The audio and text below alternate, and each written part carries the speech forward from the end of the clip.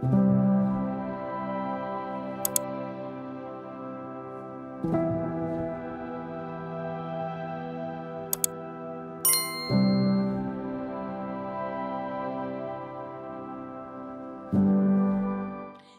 everybody, this is the Ship Modelers Library.